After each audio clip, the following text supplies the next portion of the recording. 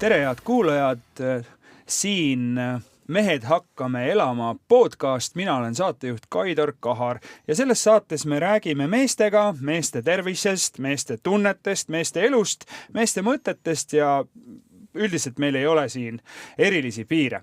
Aga mul on hea meel öelda tere meie tänasele saate külalisele. Tere Kristo Elias, mees, kes sai tuntuks, kelle täht lõi särama ühe väga spetsiifilise saatega, ehk siis sa oled meie esimese hooaja staar. Kristo, tere! Tere Kaidor, mina olen see nii-öelda tõeline stressar.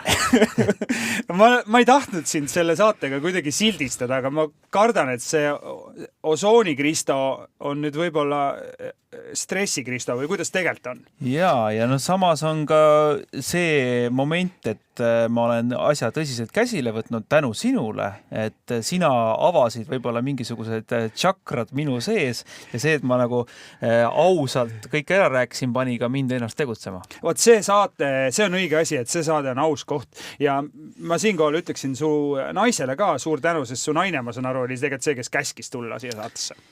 No ma küsisin talt nõu nagu naistelt ikka küsitakse ja ta ütles, et muidugi see on sinu võimalus, et kui sa muidu ei tegele ja mind üldse ei kuula, siis kuula neid, kes sulle seal nõu annavad. Kuidas sul praegu seis on? Sa näed väga hea välja. Ma ei väsi seda kordamast. Ma ütlen kuulajale ka, Kristo on pestud. Tal on nägu naerul, ei ole seda halli kaed näo ees. Aga kuidas tegelikult on? Mis hinges toimub? No tegelikult see natuke valetad, aga meil on siin ju aasta lõpp ja see aasta lõpu väsimus on ikka sees. See suvine puhkuse mõnu on ära kulunud ja töö käib sellise hooga, aga ma võtan seda kuidagi võib-olla kergemalt kui muidu. Aga füüsiliselt väsimus on ikka muidugi. See on ju loomulik, et kui sa lähed, sõidad, hakkad autoga Tallinnast Tartusse sõitma, siis vahepeal kuskil saab pents otsa, on ju. Või võibolla jõuad Tartusse, aga tagasi ei tule. Et sa pead kütust võtma ja tegema pausi, on ju. No praegu on seal natuke juba viimaste aurude peal, ausalt öeldes. Aga bensukas paistab. Või vähemalt sa tead, et bensukas võimalus on olemas.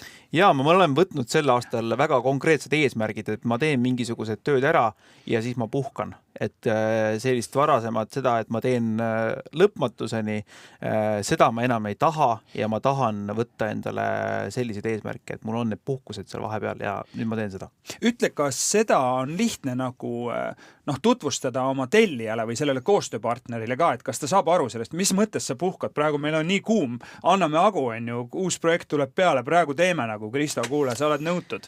Tead, mine sa tead, tegelikult inimesed on võib-olla juba ühiskonnas tajunud, et see puhkuse väärtustamine on oluline, et iseenese väärtustamine, et sellest teemast räägitakse. Minu produtsent ütles, et kui ma tahan aasta alguses puhata, ma ütlesin niimoodi, muidugi, väga hea, tulebki puhata, et inimesed saavad aru, kui ma ütlen, et mind ei ole aasta alguses, ma olen puhkusel, väga okei, et midagi lahendamatut ju ei ole, kõik asjad saab ära tehtud, et pigem on hullem see, kui sa kuskil ära vajud ja sind pärast lihtsalt ei ole. Väga hea, aga ütle, kas see on sellega, on see, et kui ma ise ennast ei hinda ja ei väärtusta, miks siis mingi, ma ei tea, minu koostööpartner või minu vaataja peaks mind üldse väärtustama? Ja tegelikult see ju kumab lõpuks su enda häälest ja olekust läbi, et kui sa oled selles, sa oled juba peaaegu inimvare, eks ju, siis võib-olla sind juba siis ei taheta enam, et vaadatakse, et kuule, vaata, milline sa lõpuks välja näed, eks ju, et mine puhka natuke ja siis räägime asjast, et ma arvan, et me oleme nagu sinna suunas minemas, et meie tervis, meie füüsiline tervis, vaimne tervis on rohkem väärtustatud ja äkki inimesi enam ei taheta tappa tööga nagu varem. Kuigi see, ma arvan, me oleme mingis protsessis, et me ei ole sinna jõudnud muidugi. Aga võib-olla inimestel on see teadmine, jah. Aga see hakkab ikkagi sinust endast pihta, et see, mis sa ütlesid, on nagu väga tore või ega meil ei olegi illusiooni, et elame stressivaba elu, on ju, nagu inglid või livlikad, on ju. Et see on ju paratamatus, et meie elus on sellised rütmid ja lihtsalt planeerida endale see, et see nädal mind ei ole. Selle projekti lõpus ma olen välja teeninud selle, et ma lõõgastan ennast mõttest või ammutan uut inspiratsiooni. No jaa, aga see on ikkagi paganama raske, et sa kukud nagu mingisuguste muude asjadega suitsu, alkoholi või söögiga ka tööga sinna auku tagasi, et sul on niisugune tööpõld on ees ja see kõik on võimalik ära teha niimoodi järjest ja kui sa ise ei ole distsiplineeritud ka puhkama, siis tegelikult sa võiks kogu aeg tööd teha. Sest minu töö on ka väga põnev. Mulle tõesti väga meeldib see töö ja sa tead ju ise ka, sulle meeldivad, saad käia erinevates kohtades, saad ägedate inimestega kokku, saad lugusid kokku panna, saad käia üritustel, teha modereerimisi. See kõik pakub sulle nagu nii palju tagasi, aga lihtsalt sa lõpuks oled nagu see tühi kott, eks ju. Ma olen ise avastanud seda, et üks asi on see, et kui ma enam ei vaimustu sellest, mis mind ootab, on ju, et ma lähen kohta ja kui ma enam ei vaimustu või on mingi automatism, eks ju, et me oleme professionaalid selles suhtes, me oleme õppinud mingid asjad selgeks, sa suudad selle mikrofoniga käe välja sirutada, ka siis, kui sa ei ole maailma tippvormis, eks ju. See on tõsi, jah. Kogemuse pealt teed juba ära, eks ju, ja tegelikult ja see tegelikult pärast paistab ka ekraanil välja. Absoluutselt. Et sul on nagu automaatrežiimil sa teed ära, aga tegelikult see paistab välja, et sa ei suuda seda tegelikult varjata. No what? Et minu jaoks on see vaimustamine, et kui ma ei vaimustu, siis ma saan aru, et nüüd on Kaidar, istu maha, tõmba juhe välja. Sul on mingisugune teine asi võib-olla. Jaa, et eks ma ütlen, see on alati siuke tõusude ja mõõnadega, ma ei ütle, et nüüd on kõik nagu hästi ja suurepärane, aga näiteks sel aastal sügisel ma olen hästi palju õhtuti teinud selliseid pikki jalutuskäike, et lihtsalt tõmmata sellest informatsioonivoost ennast välja, sest see informatsiooni üleküllus, mis meie tööga nagu kaasneb, see on lihtsalt tohutu ja see aju ei suuda nagu sellega nagu tihtipeale kohaneda, et sa kogu aeg võtad kuskilt mingit informatsiooni-kildu, sama lugudest saad, kuuled neid intervjuusid, vaatad, suhtled inimestega, siis sul tuleb meediast seda informatsiooni, siis sul tuleb sealt sotsiaalmeediast seda informatsiooni, siis sul naine kodus räägib ka, mis tema päeva jooksul tegi, laps räägib seda, kõik tahavad oma tähelepanu, see aju on lihtsalt üle käinud ja siis sa lähed jalutama ja jalutad 1,5 tundi, 2 tundi järjest õues ja puhkad sellest kõigest informatsioonist ja see tegelikult laeb sul nagu akusid või teed sporti näiteks. Aga spordi tegemisega mul on ka sellised, halvad kogemus. Ütleme tõusud ja mõõnad, et mul on nagu sellised ajad, kus ma jälle, ma lähen jooksma, mul tegelikult meeldib joosta ja see on mõnus tunne, kui sa oled juba seal, esimesed need ähkimised ära ähkinud ja kuidagi see rütm tuleb ja see tunne, et see on tegelikult nauding.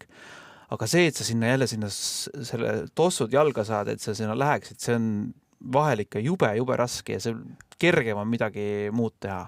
Et sa ei jõua, mina ei ole seda nagu rütmi saavutanud, et ma teeksin seda nagu regulaarselt kogu aeg nagu sporti tegema peab. Sest iga kord, kui sa uuesti alustad üle pika aja, siis see on jälle jube paganama raske on seda jälle tegema hakata. Aga sa jalutad vähemalt. Jalutamine on lihtne jah, et ma soovitan inimestel jalutada, mitte istuda diivanil nagu diivani kaunistus, nagu me paljud teeme.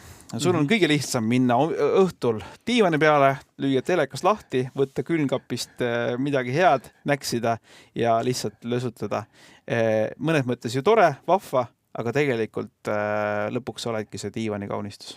Nii, aga me rääkisime põgusalt su naisest enne. Võiks rääkida nüüd põhjalikumalt sinust ja su naisest. Ehk siis ütle, kas see, et sa oled oma stressiga või ütleme planeerimisega rohkem tegelenud, kas see on sulle andnud aega veeta kvaliteetset aega oma abikaasaga? Jaa, on küll. Ma olen võtnud isegi kätte ja teinud selliseid mingisuguseid spa käike koos abikaasaga kahekesi või mingisuguseid kahekesi jalutuskäike või planeerime mingisuguseid reise koos ja niimoodi.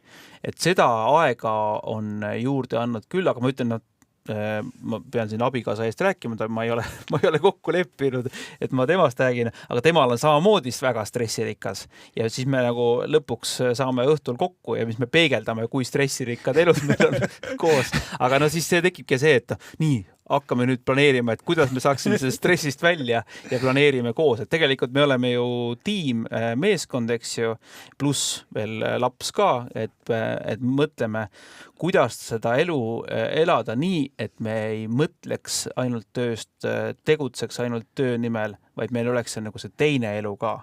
Ja see on asi, mida tuleb kätte võtta. Lastega on muidugi vahel see, et ma ise kahtlustan, mul on 2 last, et nad on vastamängijad. Oi jah, ma ei oleks seda enne ette kujutanud. Mul on ainult 1 laps ja siiamaani ma kuidagi, see on pigem hea, sellepärast ma ei kujuta ette, kuidas on 2 ja 3 lapsega, kui nad on väiksed, et kui palju siis peab neile tähelepanu pöörama. Ühega ma suudan kuidagi nagu ära händedada, et ma saan nagu hakkama. Aga laps tahab ju oma tähelepanu, et tulevad need eelkoolid, trennid, värgid, särgid, et osa õhtust läheb juba sinna ja siis midagi abikaasaga planeerida, oi joh. Vaat siin on hea mõte, me paneme endale kirja, et me räägiksime mõne mehega, kellel on palju lapsi ja kuidas tema selle juures säilitab vaimset tervist. Kuidas tema hakkama saab? Mina ise isiklikult olen pärit 6-lapselisest perest. No vaat, kuidas kas su isa ja ema on elus veel? Minu isa ja ema on elus täie tervise juures ja veedavad praegu väga head sellist eluhetke, et lapsed on kõik majast välja läinud ja nemad naudivad, aga tol ajal me elasime maal ja maal kuidagi lapsed saavad hakkama. Et maal lapsed ise tegutsevad kuskil, et siin linnas on kuidagi nagu keerulisem, tuleb hullult tegeleda nende lastega. Et võib-olla maal elades on see asi nagu kergem. Nii et soovitan inimestel minna maale, siis saada palju lapsi ja küll, et seal kuidagi tegutsevad. No see kõlab nagu Tammsaare värk. On midagi sellist. Aga eks neil olid omad mured. No olid muidugi. No eks meil olid ka, aga kuidagi me üles kasvasime, aga nüüd me peame siin täiskasvanutena meestena siin kuidagi oma eluga hakkama saama. No aga nüüd, ütle, kuidas sellega on, et kui sa, kõik on nagu hästi ja siis mingil hetkel tulevad nagu uued probleemid, et on sul uusi muresid silmapiirile tulnud, millega me saaksime siin tegelema. Kuidas sa saaksid mind aidata?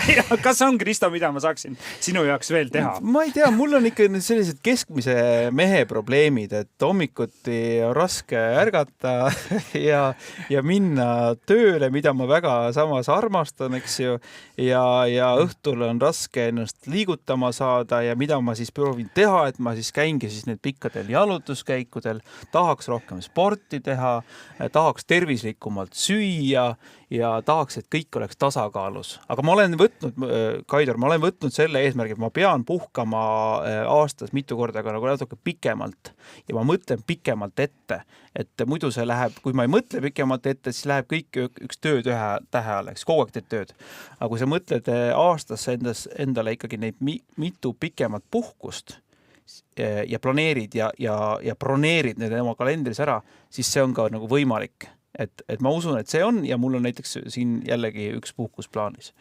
Nii et sellega ma usun, et ma olen nagu hakkama saanud. Aga mis mu mured on? Ma ei tea, võiks olla vähem tööd ja rohkem raha. Kas sa saad aidata? Jaa, mul on see üks suur kott on siin raha täis kuskil. Oi, see on keegi on ära viinud. Läks ära.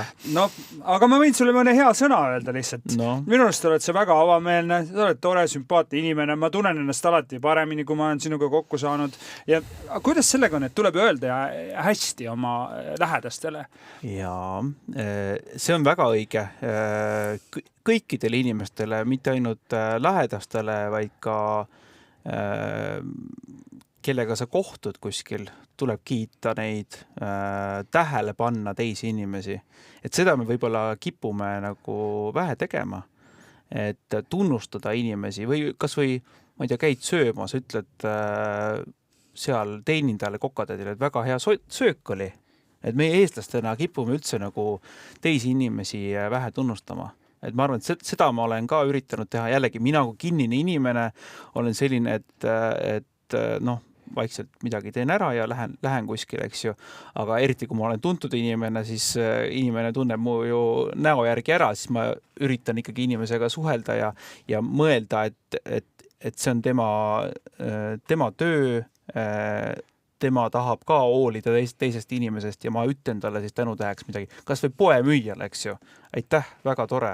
Te olete väga hästi teenindasite mind või et ma olen väga rahul selle asjaga või midagi sihukest, et anda natukene rohkem endast välja ja siis teised annavad ka sulle. Mul on näiteks, ma saan ka nagu vahel sellist tunnustust huvitavalt nagu võõraste inimeste käest. Inimene tuleb mu juurde kaubanduskeskuses, täiesti suvaline inimene, ütleb, tere, te olete väga lahe inimene. Lihtsalt lambist, täiesti. Mul nüüd, wow, kus see nüüd tuli? Inimene ütleb, te olete väga lahe inimene, et ma vaatan teid kogu aeg. Või täiesti kõnnin kaubanduskeskuses koridoris, jälle tuleb inimene kõrvale. Tere, te teete seda osooni. Väga lahe inimene. Mis asja? Et siis ma olen küll niimoodi, wow, okei. Et inimene nagu võttis selle julguse kokku ja ütles midagi nagu hästi. Et ma mõtlengi nagu seda, et ma võiks ise ka niimoodi teha palju rohkem nagu teistele inimestele.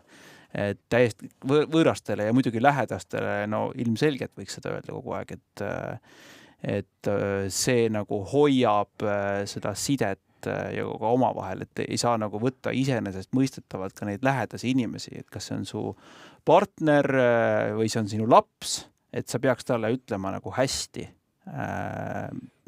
või üldse vestlema temaga rohkem või nagu andma oma tähelepanu, et see on tegelikult nagu nii väike asi, mida sa saad teha, et seda nagu sidet hoida. Nii et raha mul sulle, Kristo, ei ole anda, aga ma võin öelda sulle hea sõna, et sa oled väga lahe inimene. Aitäh sulle, Kaidar. Sina ka, mulle väga meeldib, sa teed selliseid asju ja sa oled võtnud selle meeste tervise ja sellise meeste teema üleüldisemalt enda südameasjaks. Ma arvan, et selle mehe, mina olen mees, ma meeste asju võib-olla tunnen nagu paremini. Et ega see, ma arvan, et see on lihtsalt meie inimeste värk ja minu arust ausalt asjadest rääkida ongi nagu hea, on ju. Et hoolime üksteisest ja siis küll see elu läheb meil veel paremaks ja ärme soju. Aga meil on siin saates, ma pean kurb sõnum, et aeg läheb jube kiirelt, see on paratamatus, see on sulle endalegi ilmselt tuttav, et heas seltskonnas läheb. Üks retseptinurk siin, et mida sina teed oma vaimse ja füüsilise heaolu tagamiseks ja tasakaalu hoidmiseks. Nii et räägi oma kogemust, anna kuulajale nõu. Mina arvan, et esiteks tuleb võtta elu väikese huumoriga alati. Ei tasu nagu liiga tõsiselt võtta elu, ükstapuha ka oma tööd, oma mingisuguseid suhteid ja ise enda üle tuleks naerda, et seda kindlasti.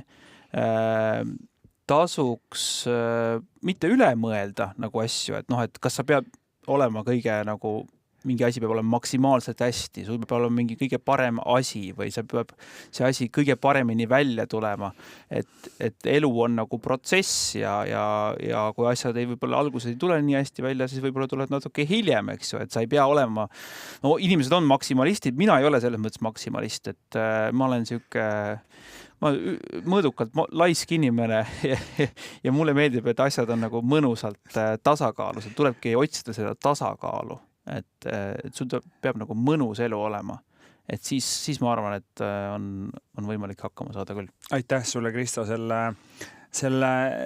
sa jagasid seda, aga ma olen tahtnud kogu aeg küsida, et kui sa saaksid olla üks päev, üks loom, siis kes sa oleks? Oi, ma oleks ikkagi see laiskloom, seal niimoodi puu otsas niimoodi mõnusalt hoiaks kinni ja sööks mingit puulehti niimoodi hästi aeglaselt mäletsedes. Mehed hakkame elama podcast, millega oli Kristo Elias Osooni saatest. Mina olen Kaidar Kahar. Aitäh, et kuulasite!